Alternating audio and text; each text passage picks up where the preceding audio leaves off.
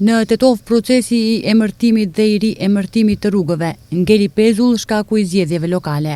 Komisioni komunal në atë kohë përfundoi procesin e debateve publike dhe këshilltarët propozuan mbi 500 emra rrugësh dhe objekteve tjera. Por nga komuna e Tetovës thonë se procesi do të fillojë aty ku ka ngelur para zgjedhjeve. Procesi I emërtimit të rrugëve të qytetit të Tetovës mbeti pezull shkak I zgjedhjeve lokale, veprojmë sipas ligjit, po tash pas zgjedhjeve lokale natyrisht do të formohet komisioni I ri në Këshillin Komunal të Tetovës dhe ky proces do të vazhdojë aty ku ka ngelur. Tetova do të ketë emra të ri të rrugëve, do të ketë numra për çdo banesë, për çdo shtëpi, për çdo lagje dhe për çdo fshat të komunës së Tetovës. Këshilltarët e Aleancës Kombëtare për Integrim thonë se do të përkrahin procesin që qytetarët të mos ngelin pa emra të rrugëve, por pyesin nëse Kasami do të ketë fuqi politike që të ndryshojë emrat e rrugëve të ish sistemit komunist. Shpresojmë se kryetari I komunës Bilal Kasami do të ketë edhe fuqi apo takat politik për ndryshimin e emrave të rrugës.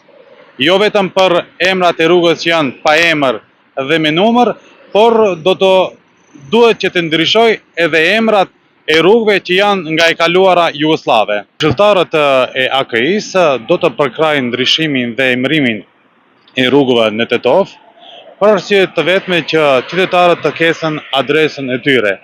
Sipas informacioneve që I kemi, shumë procese gjyqësore janë humbur për arsye të vetme të mungesës së emrit të rrugës. Nga VMRO DPMN thonë se ata ka një marrëveshje dhe presin që ajo marrëveshje të implementohet duke mos prekur emrat e rrugëve ekzistuese.